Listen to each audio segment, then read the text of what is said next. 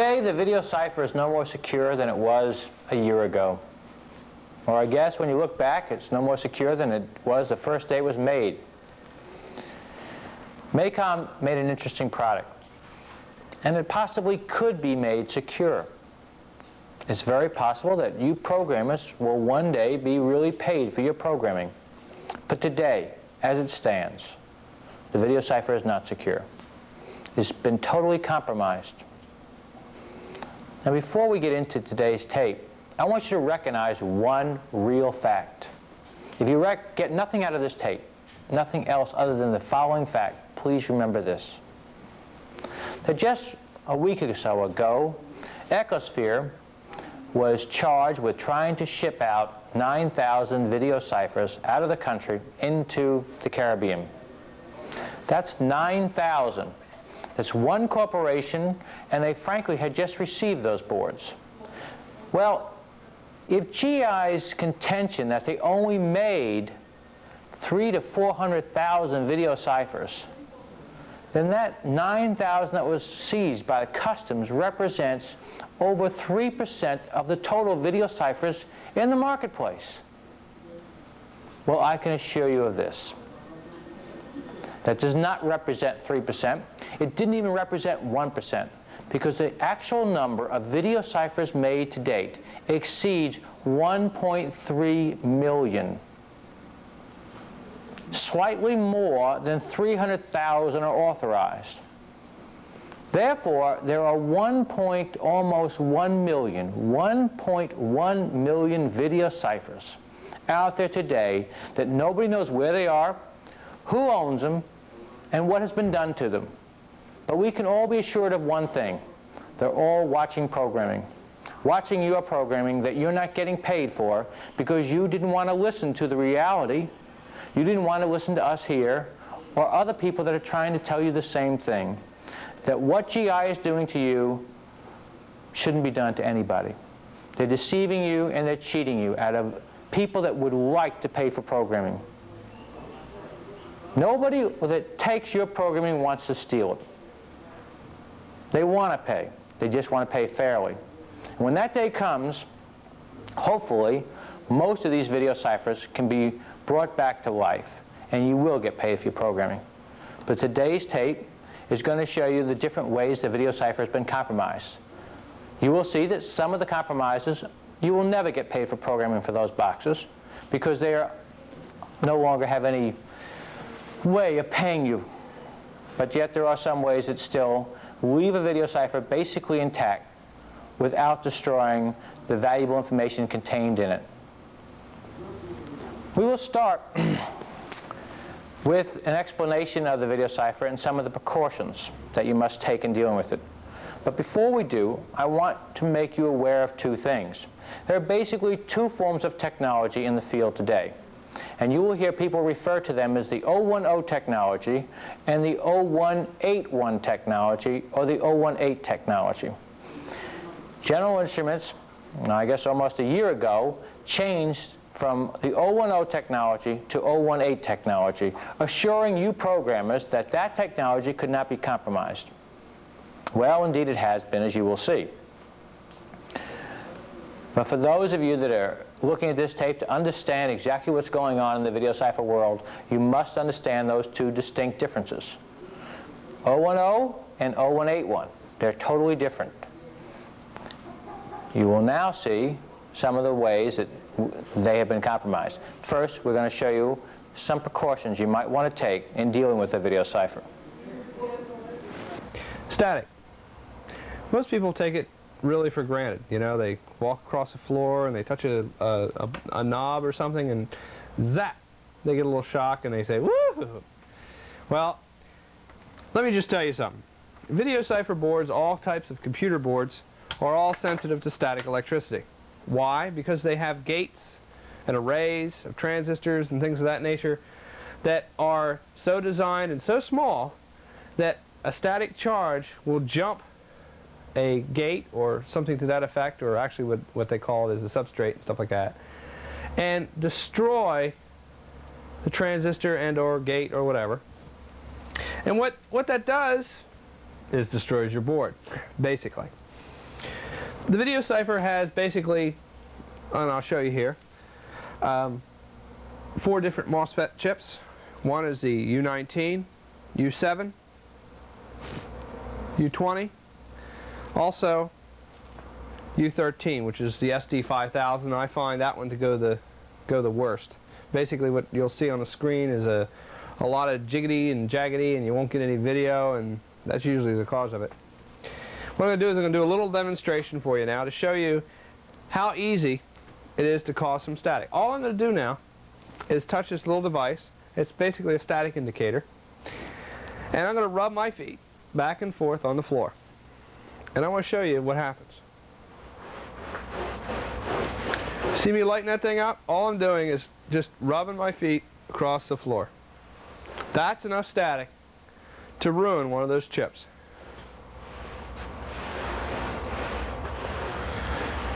Now, what I'm going to show you is a static mat. This here is a static mat which has a layer of carbon underneath that basically takes any static off your person and puts it to ground. They also use a static strap. What you do, you just put this on your wrist, like this. Voila! You're, for all intents and purposes, grounded. Now watch when I rub my feet across the floor. Nothing. If you're going to work on computer boards, you're going to work on Videociphers, you're going to work on any of the integral technology of today, please take static precautions. Put humidity in the air. Work on a tiled floor. Work in your bare feet. If you work in your bare feet, most everything goes to ground. I'm not saying it's the best method, but if you can't do anything else, do it in your bare feet, because you're not going to have any type of insulating material between yourself and the floor surface. And that's usually what causes a problem. Thank you. The Videocipher is just a box with some components on it. The only thing that makes one Videocipher different from another man's Videocipher is its identification number and its seed keys. They're hidden. They're contained within the Videocipher, and you will see shortly how to get to those seed keys. One of the things GI did was make it extremely easy, whether it was intentional or totally out of stupidity. They made it very easy for you to get the seed keys out of 010 boxes. Now, people that know the Videocipher well claim that there's no way that GI could have been so stupid. In actuality, it was MACOM, because they were the first ones that owned the patent and started marketing it. So these engineers, the ones that have compromised the Videociphers to date, looked at the old technology and they said, you know, it was so easy to get the seed keys out of this machine, and so many other areas of the Videocipher were so well protected that the holes that were left in the Videocipher had to have been intentional. Now, maybe it was just an employee at General Instruments, or actually MACOM, or maybe it was the corporation itself. Someday, maybe a court will figure that one out. But the 018 boards, the newer boards, were more difficult. And that's what's prompted this new round of discovery of the Videocipher, to understand it. And one of the things you must know in viewing the following is that there are, in dealing with the numbers inside the Videocipher, your seed keys and your identification number, and everything that makes up a Videocipher, it works on somewhat of a binary system. It goes from 0 to 9, and then A, B, C, D, E, F. No G, no H, no nothing. That's where it stops. You can do a great many things with the Videocipher once you understand how it works. We're going to show you some of that right now. Basically what a Lodestar chip is a device that allows you to read any information inside of a blue board, you know, 010 series, or it allows you to write any information anywhere in an 010 board. As soon as the technology, I'm sure, comes out for the 018s, or is more readily available in a single software package, i.e. U30, I'm sure that'll be loaded into this thing too. We're now going to look at the standard setup screens of the Lodestar. What I'm going to show you is each setup screen individually and basically explain it. I'm now going to hit setup, N1, which is a standard setup in a normal working Videocipher. Shows you the ID number, the signal level, the service ID, and, of course, it says location set. Setup 2 basically takes U7 and downloads it to U20. And by going to setup 4, which allows me to view U20 or any location inside of the Videocipher, I can see exactly what is in U7 RAM. The setup 3 allows me just to see what is going on in regards to seed keys and displays them directly on the screen.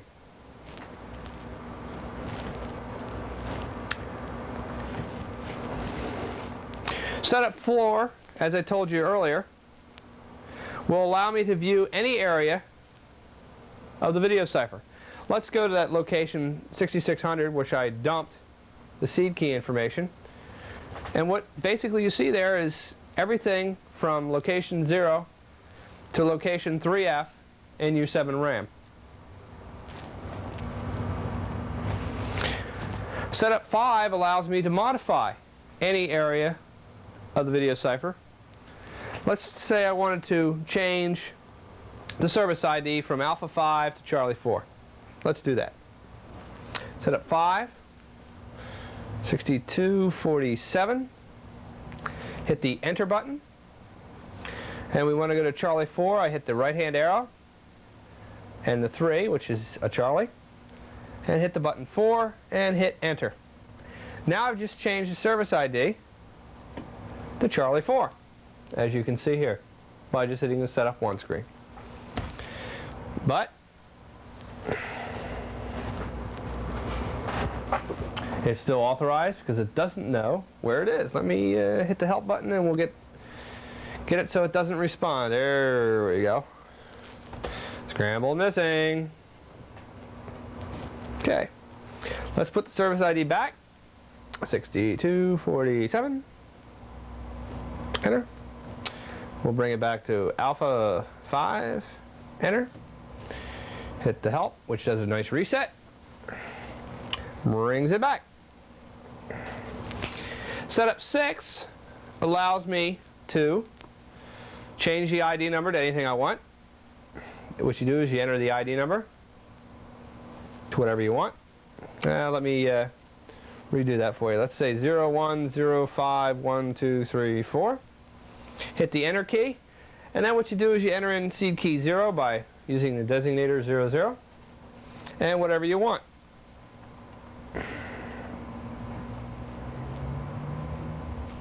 After you do that, hit the Enter key, go to seed key 1, and do the same. Since I don't want to enter another ID number, I'll just do an abort.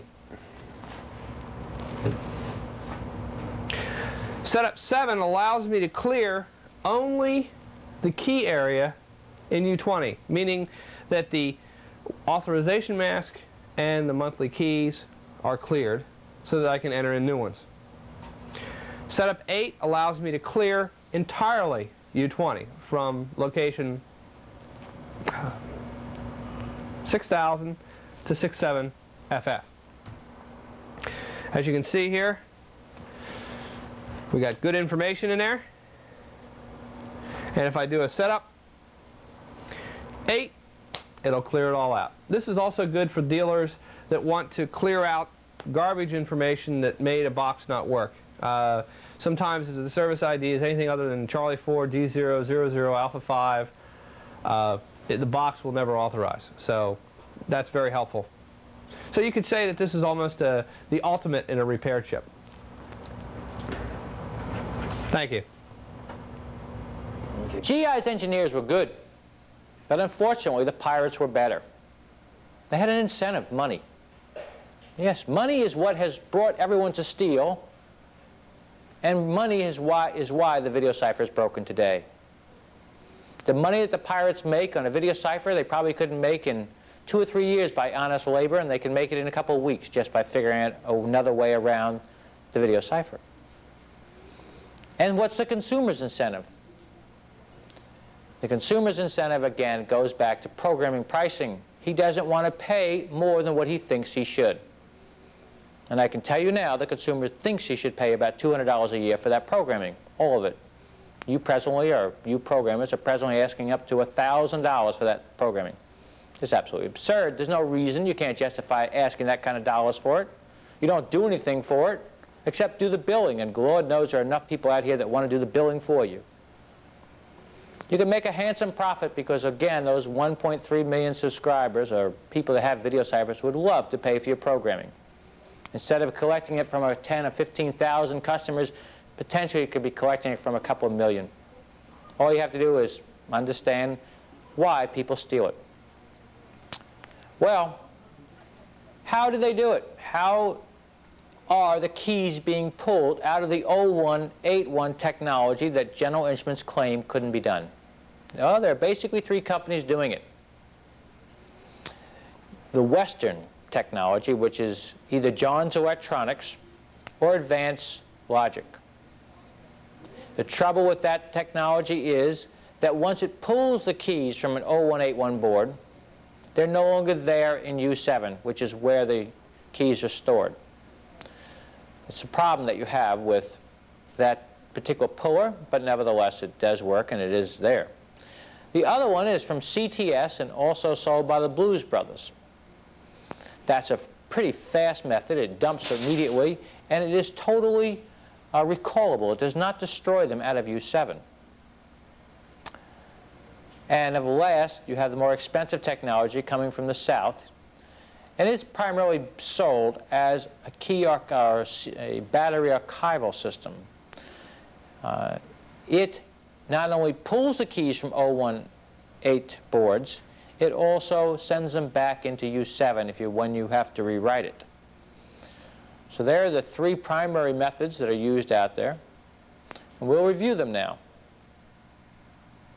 What we have here is a key extraction system developed on the West Coast called the Western Blues.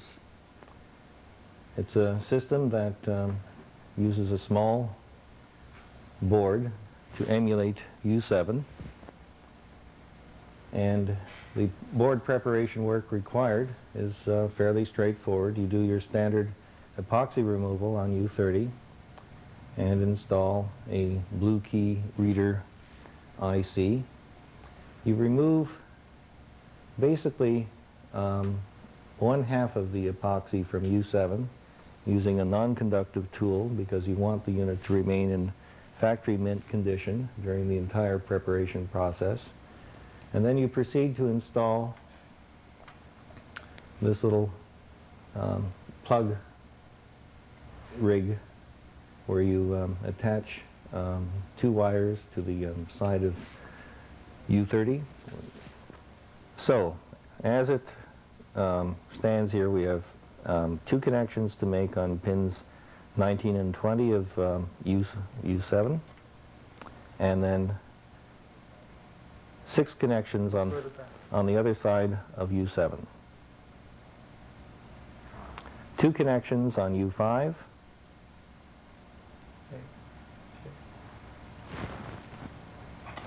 All right. and 1 connection to P1, and we install, as the process of hooking this all up, a small capacitor between pins, between the ICs U28 and U29. Okay, and the last step in extracting your keys is to, with an ungrounded, free-floating soldering iron, to attach to pin 18 on U7 with the power on,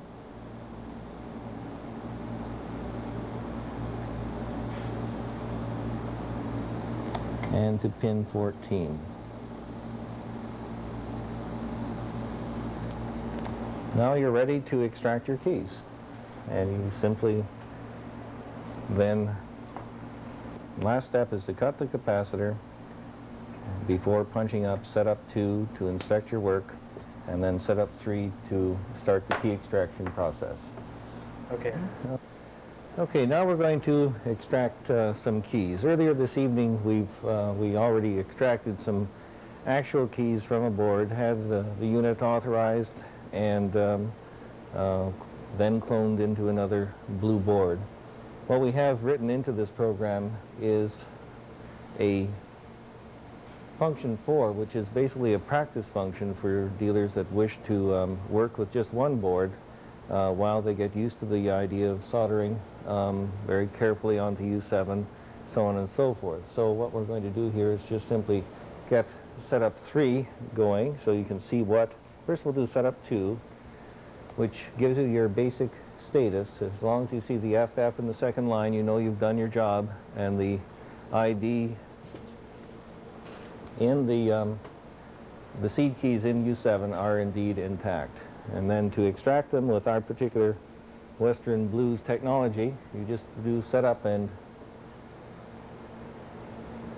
3, and the program then proceeds to go into U7 and byte by byte find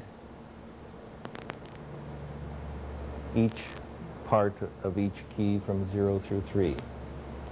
The whole process takes about 12 minutes on average. There we have the first byte of key 0 has been found.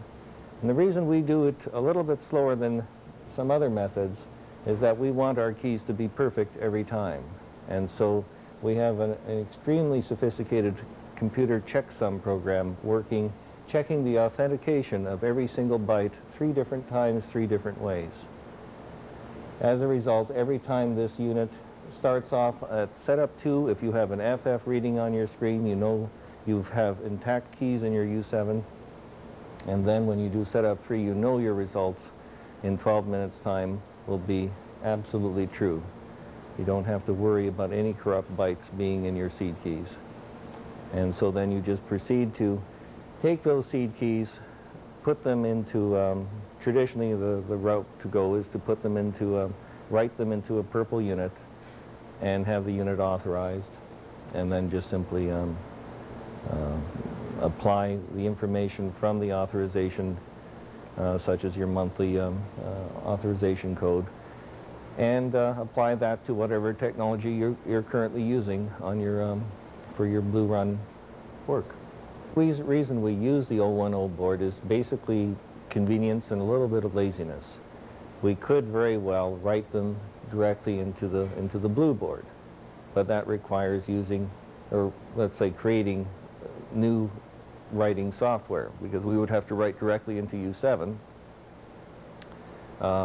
in order to feel comfortable about having the blue unit being able to function properly for reauthorization. Since we have this purple technology, and everyone usually has 1 or 2 purple boards laying about the place, and they're used to working with them, it's very convenient and very easy to just simply have your seed keys put into that unit, and you read off your monthly keys from that unit, and then just write that data down on a sheet of paper, and then enter it in at the appropriate data points in your blue loaders and your Blue Run chips. And that's basically it. I suppose there will come a time very shortly, probably, where there are dealers that don't have any purple units lying about. Well, at that point in time, when the marketplace says we need something, then of course we'll accommodate. Rolling anytime you're ready. Okay. What we're going to be demonstrating is the CTS key archiver for the latest series of Videocipher boards. In order to do this, we take a new Videocipher,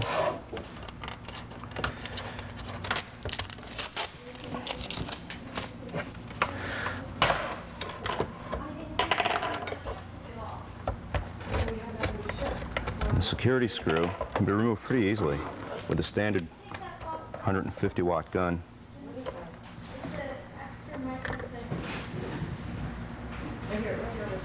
You heat it for about 10 or 12 seconds. You don't want to heat it too much, or you're going to blow it right through the board.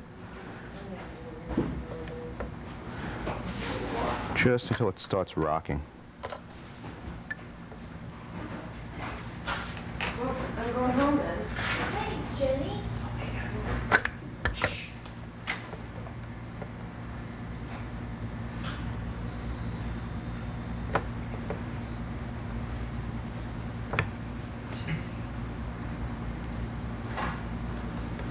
Once you've got the plastic softened up, small screwdriver right in the crack. And out comes the security screw.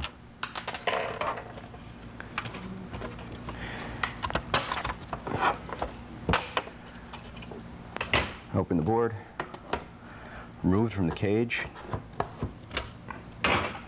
lay it down on a clean work surface, preferably something that will not conduct static. What we're going to be doing is removing the epoxy from U30. We're going to be removing epoxy from some pins on U19. And we're going to be removing the epoxy from C27, this little capacitor just under this last control.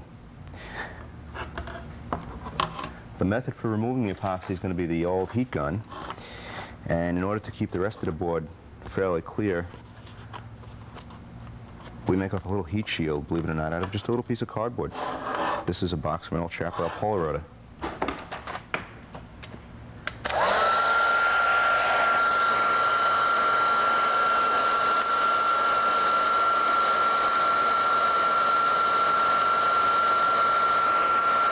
We're going to heat one area at a time and concentrate on cleaning that area off.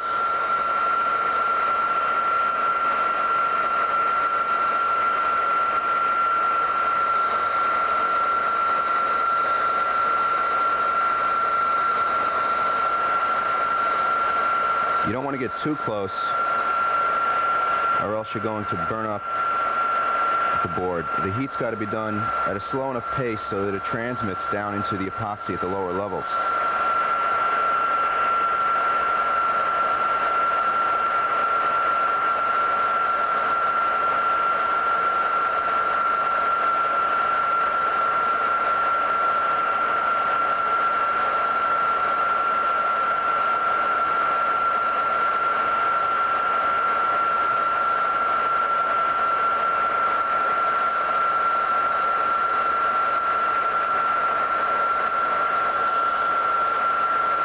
The heat gun we're using is a 1500 watt heat gun on the low setting, which puts out about 500 degrees Fahrenheit temperature.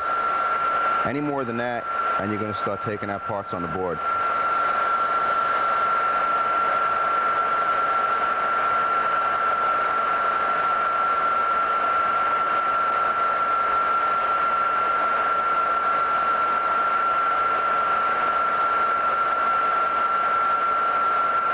A good indicator that you're right on that temperature threshold is the fact that the cardboard will start to turn brown.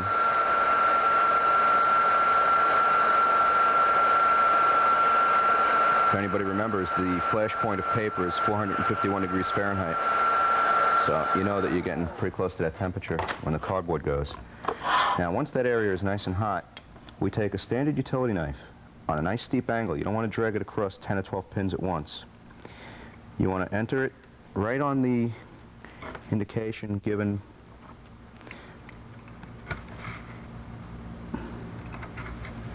by the outline of the chip.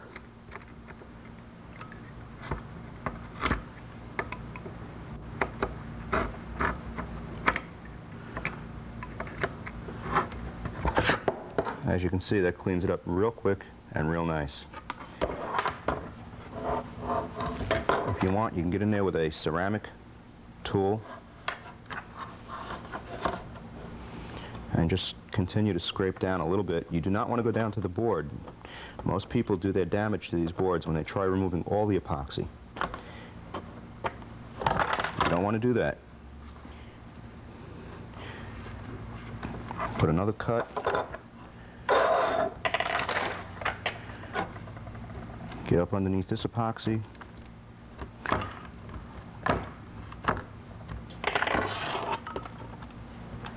And there we are, opened up. Nice, clean, simple. You get in there with your non-metallic tool, you can fine-tune a little bit. While the epoxy's still warm, of course, once it gets hot, it goes right back to its hardened state. Once it gets cool, Make the tops nice and clean. All right, and that's it for that chip. We're going to repeat the process, taking the same piece of cardboard, and we're going to stick it right on what is this, U19. And we're going to do the same thing here.